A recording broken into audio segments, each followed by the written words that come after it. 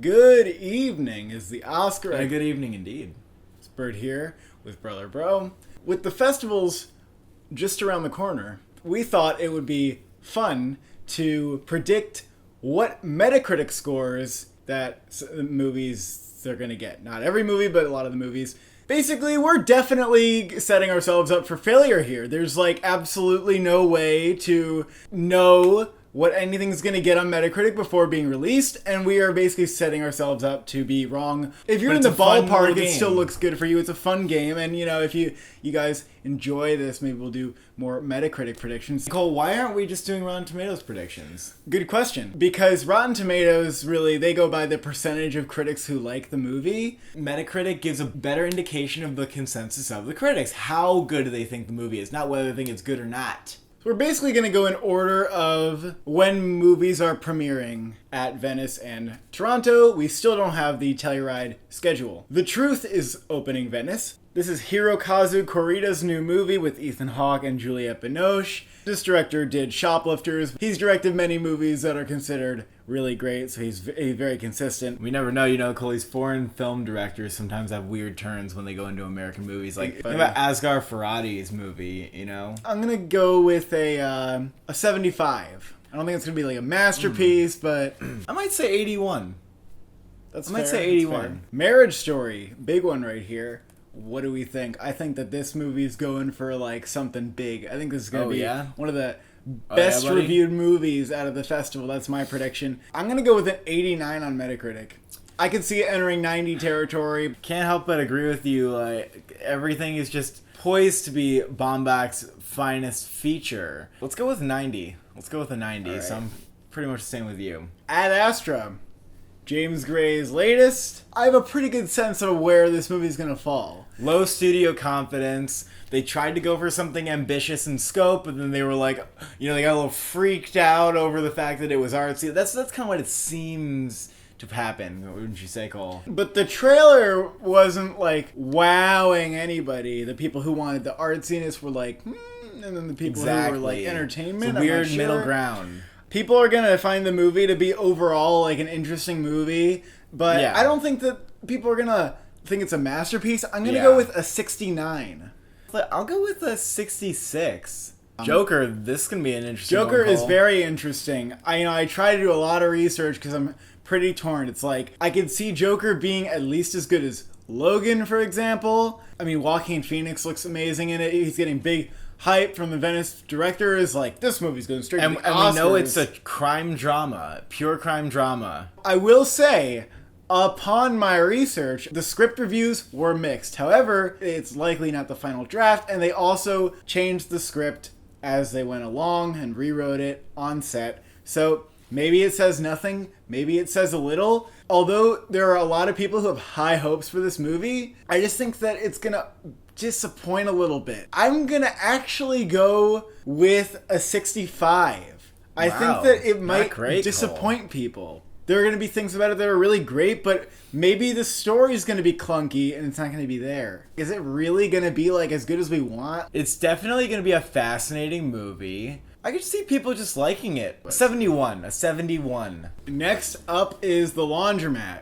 Soderbergh's consistent enough that I think it'll be a good movie. I don't think it's going to reach those Oscar ambitions. Logan Lucky wasn't amazing, and that got upper 70s. I'm just going to go with, classic 77. I'm going to go right around there. I'm going to say 76. I think it is going to be a good movie. I think most critics are going to like it. I think most audiences are going to like it. I don't think it's going to be exceptional. Amazing. Wasp Network. Oliver Assayas's new movie. This is a political thriller about the story of 5 Cuban political prisoners who are imprisoned by the United States. So it's not your Argo tale where it's the U.S. is the hero. A little more ambitious than the other dramas that Oliver Assayas has put out before. This is a different movie for him, for sure. I mean, I don't know if that spells disaster. I don't know if that spells really interesting. The director so far has been pretty consistent. I am going to say an 80 on this one. Hold up here. I can't. I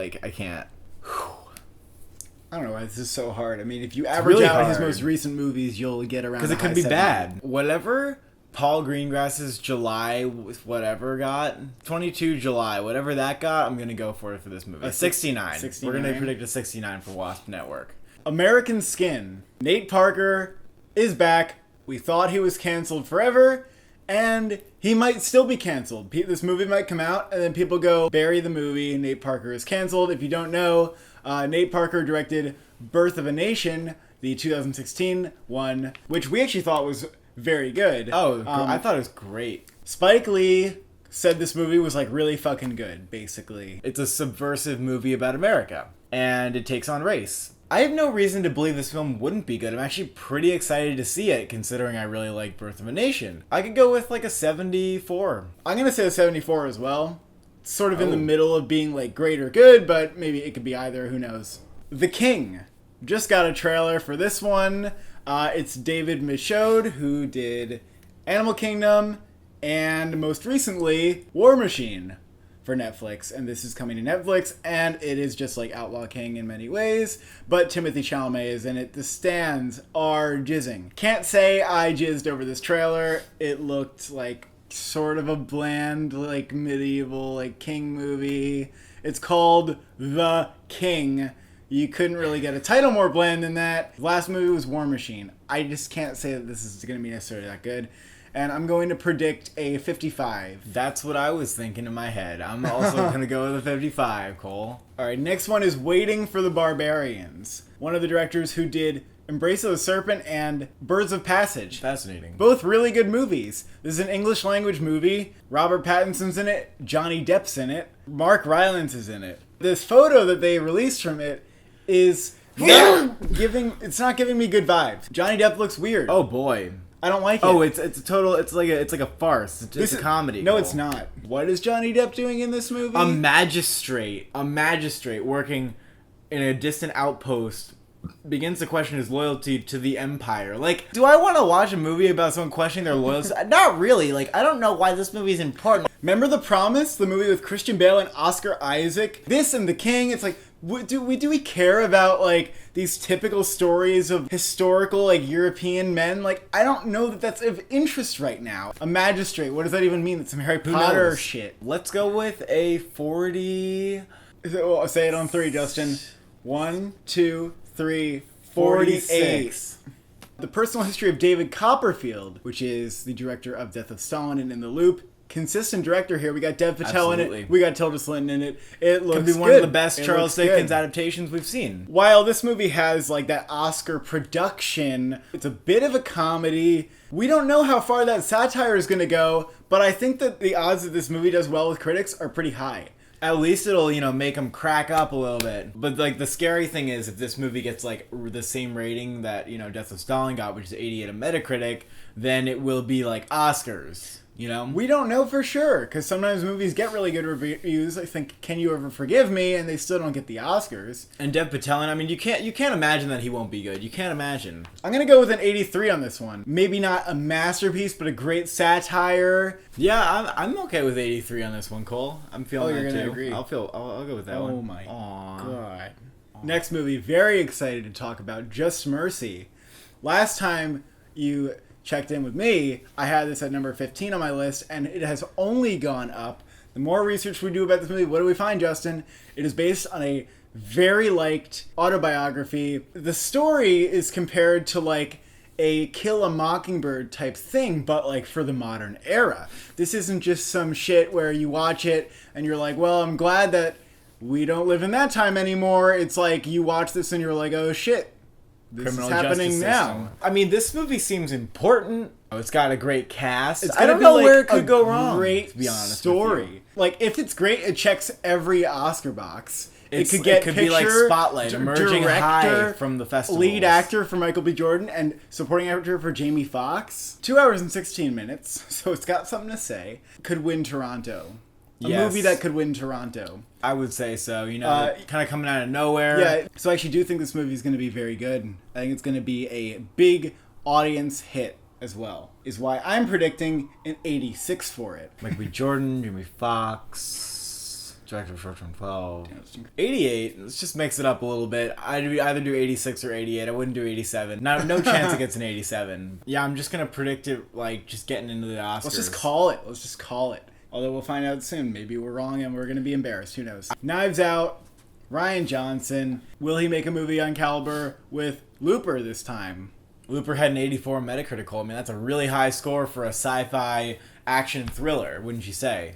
I would say, and Knives Out looks like a clever original movie as well. Yeah, I mean, it looks like a hoot and howlin' fun time, to say the least. We say like a 78.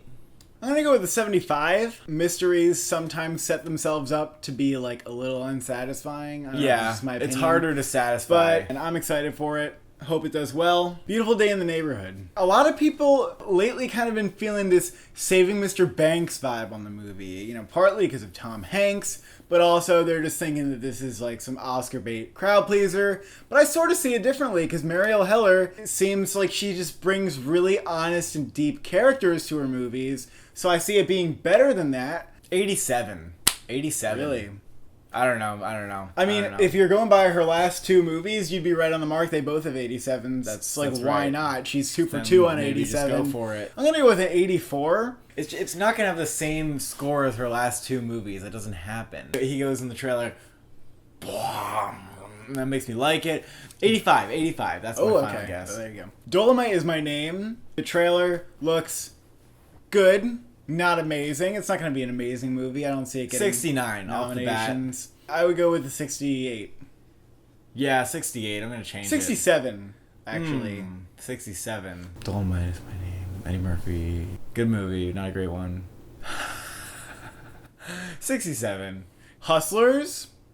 That like kind of Widows-esque movie about strippers with Cardi B and Lizzo. I like it. I think it looks good. I think it looks pretty interesting. It sort of has like Big Short like kind of vibe and look to it. Yeah. It's a little grittier than you might expect. I think this movie looks good and I want to be optimistic. I'm going to go with a 72. Could it be as much as this year's Straight Outta Compton? I mean, good balance of comedy and like gritty realism and crime, and I guess there's a reason that it's premiering at Toronto. I think people are going to like say that they're pleasantly surprised by it, and it's going to get a 71. The Aeronauts.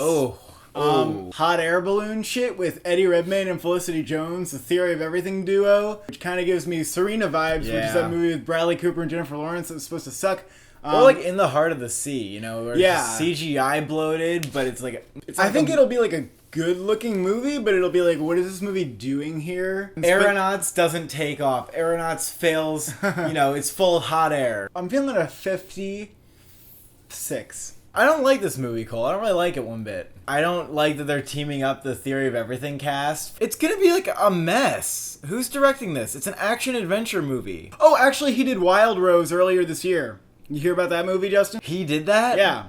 That movie was supposed to be good. Why is the buzz so low on this movie if it's trying to be like some Oscar contender? 48. Yeah, it's weird. I don't like it. Then we have The Goldfinch. And last you heard from me, The Goldfinch was on my top 10. I am starting to agree with others that this movie's probably not going to be that good. Early screening buzz was pretty low. I'm just not feeling it. Yeah. I'm just not feeling it. I think it's going to be like an okay movie. I agree, a 60. It might fail at being the Oscar contender that it wants to be.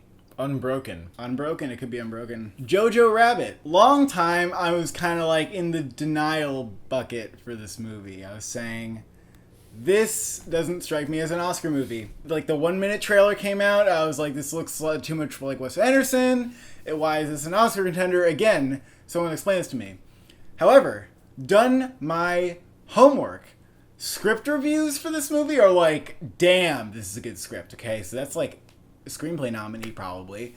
Test screening reactions are super good. This is the best you get out of test screening reactions and shit. And I think that it's going to be very successful. And I've changed my mind. I think that... Is it on your Best Picture top 10? Yeah. Because the hype's really high. Why is the hype high? I mean... Because there's a reason for it. Why was the Marriage Story hype high? Because there was a reason for it, I hear amazing things about Thomasin McKenzie, who's not even on Gold Derby supporting actress list. So, if she gets that hype out of this movie...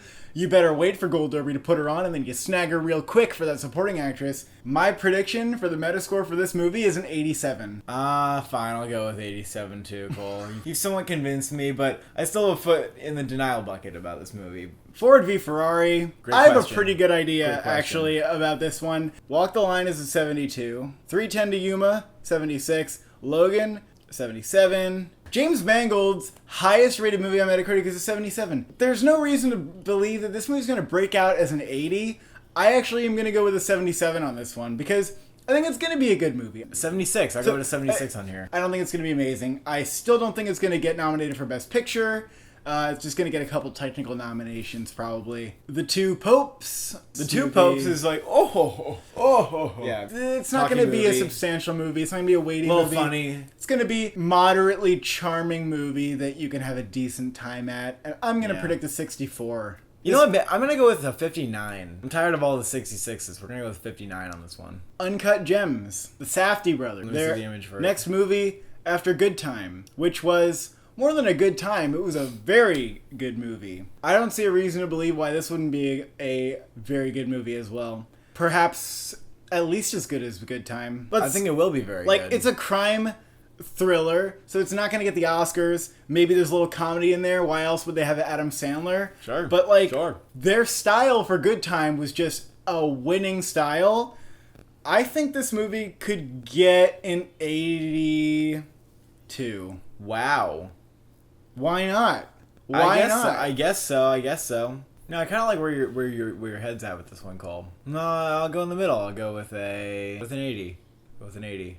Harriet surprisingly is low on Gold Derby. Now, can you not like this movie? Can you give it like a bad rating? That's where I think, we're gonna see middle of the road reviews here. It doesn't look like a great movie, but you can't dislike the movie by Harriet Tubman. You really would think that this movie would be in like the Gold Derby's top 10.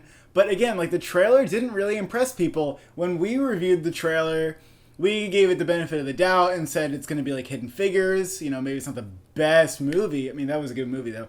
It still just wins over audiences. And it seems like people aren't feeling the movie that much. Maybe it's just actually not that great. A little TV-ish. I'll go with like a 69. I don't know why I'm using 69 so much. I'll say a 65. I like that better, 65. Why do you keep changing into my I don't know, scores? man. I just like your numbers. Next, we have Judy. Judy Garland biopic. The trailer looked meh. Nothing noteworthy about this movie except that it's just an Oscar vehicle for Renee Zellweger and an unapologetically baity one at that. 48. That's pretty low. Yeah, like a mess. I don't know if it's gonna like suck, but it's gonna be like eh. I'm gonna go with a 53 on this one. I just don't think it looks that good. This is a really difficult one to predict. Waves. Oh. Trey Oberschultz's new movie. Krisha had an 87. It Comes at Night had a 78. This project was originally like supposed to be set to Kanye West music. It's not actually a musical as is rumored, but it's like a movie that relies on music in a unique way. I don't think they could get the rights to Kanye's music, so I don't know what they're doing, but they are using Trent Reznor and Atticus Ross scoring the movie. Krisha's a masterpiece. It Comes at Night is close. I don't expect any less. So on a personal level, this is one of my most anticipated of the year. I'm going to go with an 81, and I'm going to say that there are going to be people who think it's maybe a masterpiece. There are going to be people who think it's good, and people who think it's like good but not great, and they didn't get the hype. I think there's going to be all those kind of reactions. Some people might think it's all over the place. So I'm gonna go with an 81. My goodness. Next is Motherless Brooklyn. Had a trailer for this one recently. Edward Norton is a detective with Tourette's. It's based on a novel. 63. Yeah, I was thinking around there too. It looks a little like it's been done before, this kind of Chinatown movie. The presence of the thing that he's looking for is not actually there. As always. He's like fighting the city Chinatown. itself, and it's Chinatown. I'll side with you this time and I'll say 63. Goodness. Last movie on the list is Lucy in the Sky. This is a really hard one. This is a really hard one. They had a new trailer for this one out today, and I was like... Like, does it get a 60, but, like, some people really love it anyway? Kind of like Vox Lux? Is it, like, Alex Garland level movie, and it's actually, like, a really good sci-fi movie? It could have an issue with being deceivingly surface level, where it's, like, interesting psychological concept, but maybe it doesn't really go anywhere with it. It seems like it's a really ambitious movie. Every movie she's been in recently has been, like, really interesting. This movie is gonna be good. I can't say for sure, Justin. I'm gonna go with a 70. That being said, I still think it will be really, really good. And I think it'll be mixed. I think this movie definitely has the chance to be very good. But in this universe of this video being made, I'm going to take the disappointment route and say 59. Ouch. Just like in case I might be right about it. Go ahead. And I hope it's good because I love me a good thought-provoking sci-fi movie, but I just don't know. This video could turn into an absolute cringe fest by the end of Toronto, and we're gonna say, oh god, how could I have thought that? Oh my goodness, should have seen that. I want to be dead on a couple, though. I want to just, what are your predictions for these movies? Why don't you let us know? Yep.